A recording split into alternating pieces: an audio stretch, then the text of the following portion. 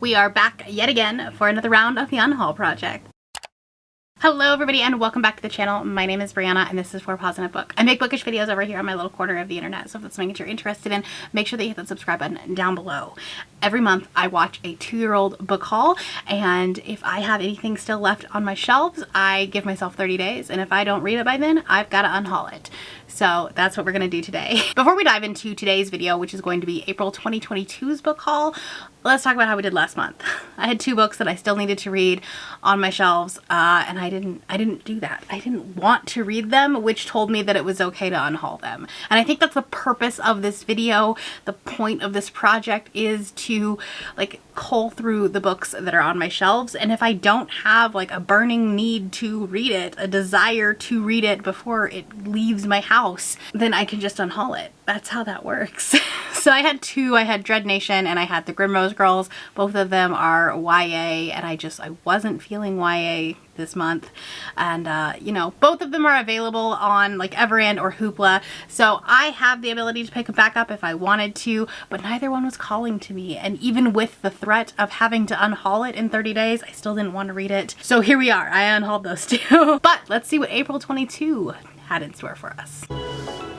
Okay, if you remember from my 2022 goals, my goal was to get my TBR down, and unfortunately doing book hauls is kind of counterproductive to that.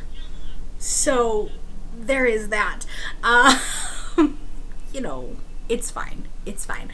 I actually do have a number of 241 books. You know what's really cool is I'm actually below that number right now. Like not by much, but we are below that number. Let's just talk about it, okay? So 243 is the starting number. Let's get into this. All right, first up we have Planet Barbarians by Ruby Dixon. I read this one. I actually purchased this one and read it within like the same week because we were reading it on sprints, I believe, and I wanted to be a part of the conversation, so I did it. I also no longer have this book. Okay, and then we have Wingbearer. I also read this one. This was something that I was purchasing like specifically for a prompt for Magical Readathon, I believe. And so I did read it.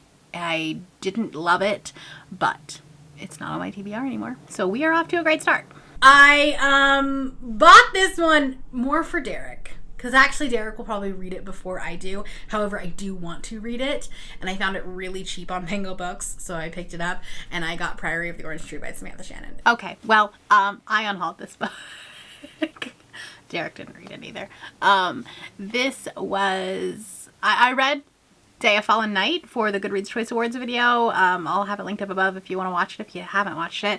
But I only give it 2 stars, and I didn't like the writing style, so I knew that I wasn't going to like the Priory of the Orange Tree, so I just unhauled that one. And then we have Gallant by V.E. Schwab. I read this one. I really enjoyed this one. I think I was probably one of the unpopular opinions, but I actually really enjoyed this book, and like it has like kind of like a gothic haunted house feel to it, so it's a little bit of a step outside of what V.E. Schwab normally does, but I liked it. Okay, I got 7 Days in June by Tia Williams. I unhauled this one. I wanted to read it, but there were a couple of trigger warnings that somebody warned me about that I like just can't do necessarily in contemporary or romance. So I unhauled this one, unfortunately, and did not read it. I do want to read her other one, her new book that just came out. I am forgetting the title of it right now. A Love Song for Ricky Wilde? That sounds familiar. I really do want to read that one. And I've heard really good things about 7 Days in June. There's just some personal triggers in it. I got The Jasmine Throne by Tasha Suri. I have not read this one, and it's still sitting on my shelves. So hold on. All right, so apparently this has been on my shelves for 2 years. The Jasmine Throne by Tasha Suri. This is part of the, I guess like the yellow-orange sapphic fantasy trilogy. It's not a trilogy, but like the triad of books that like Book Talk was really pushing. So this one, Priory, and She Who Became the Sun, I believe was the 3rd one. Anyways, I fell for the hype and I needed to read this one. This one was actually a book that like was pulled by one of my patrons in my water bowl pick, and I never got to it because I think it was like the month of Amazing Readathon and we all knew that wasn't going to happen. But I guess we're going to read this in 30 days because I definitely do not want to unhaul this one at all, because I think the 3rd one is coming out this year. So maybe this is a new trilogy that I will love. I picked up an indie fantasy, maybe sci-fi, I don't really know, at Barnes & Noble. It was one of the buy one get one half offs, and I had never heard of it before. It has like less than 100 ratings, I think, on Goodreads, so I'm actually really intrigued by it. And that is An Unintended Voyage by Marshall Ryan Maresca. Fun fact about this book, this was like book 11 in a series, and I don't know why Barnes & Noble had this on their BOGO table, because who wants to add book 11 to their series when they don't even have the rest of the series in their store? So anyways, I think there were a few reviews on Goodreads that were saying stuff like, oh, it probably could be like you could probably start the series here, it's a good entry point. But that just feels weird to start something in the middle of the series. So anyways, I unhauled this. I've also picked up The Bear and the Nightingale by Catherine Arden. I tried to read this one. I'm going to count this one in my red column because I did attempt to, and I realized that this is not the trilogy for me. This was not the writing style for me. So it did not stay on my TBR. I think I probably got like 30 or 40% into this before I just wasn't following along with the story, wasn't enjoying what I was reading. I was so bored, and so I just put it down and then never came back to it. I know that this is a really popular series and so many people really love it, but the writing style just did not work for me, so that's okay. I have In Deeper Waters by F.T. Luckins. I unhauled this one as well. This is like a YA queer pirate romance. And I'd only heard very mid things about it, specifically from people that really know my reading taste, that were like, I don't know, you'll probably give it 3 stars.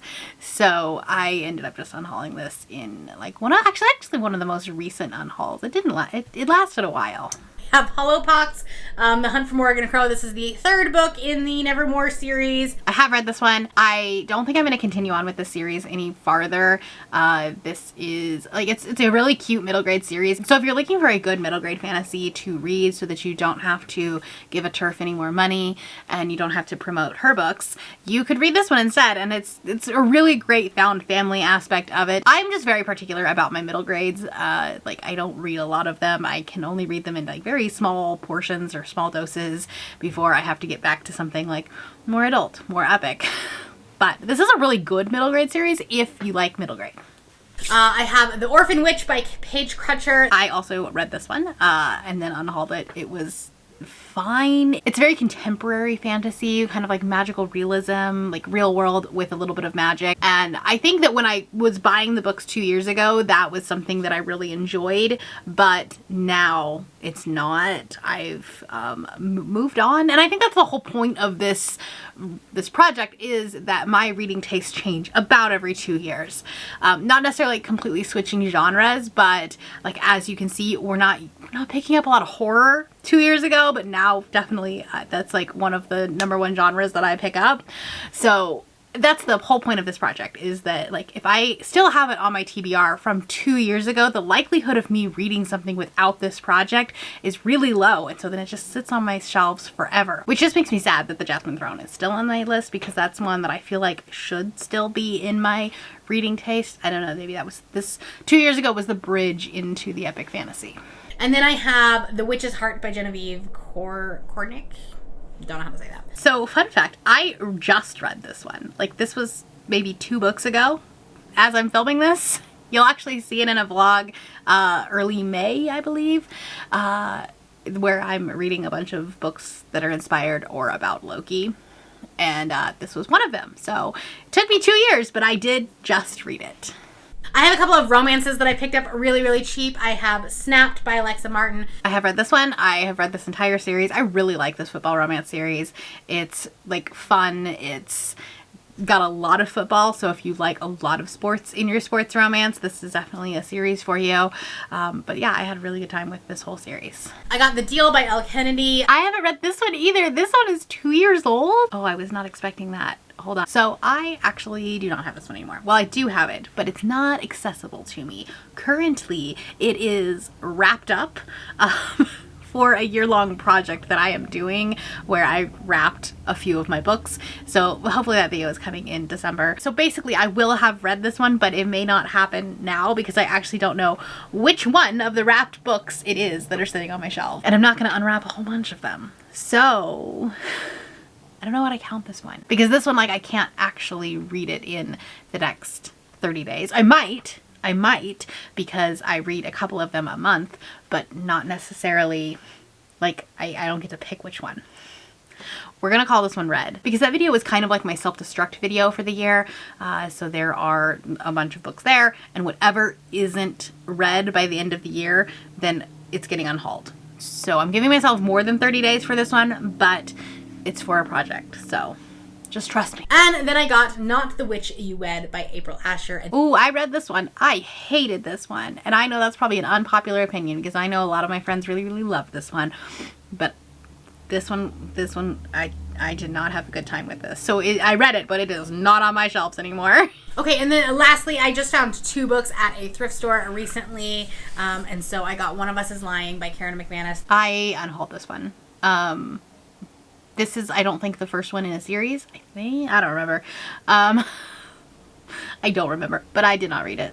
And then I got New Kid by Jerry Craft. I have not read this one either, so let me go grab it. So New Kid is a middle grade or YA graphic novel. I'm not really sure. Oh, 7th grade. So it's got to be like young YA, I guess. It's been on my shelves for obviously 2 years now, so we're definitely going to give it a go. I always need graphic novels, especially for short readathons and stuff like that, so we'll try to knock it out in the next 30 days. Okay, so that was the end of the book haul. Obviously not as well as I would have liked. There was definitely some books that on here that I just unhauled without reading, but I put a pretty good dent into my red pile, and we're only coming out with 2 books. I guess technically there's 3, and it'll be great if I end up with reading the deal and I like end up picking that one as part of my project.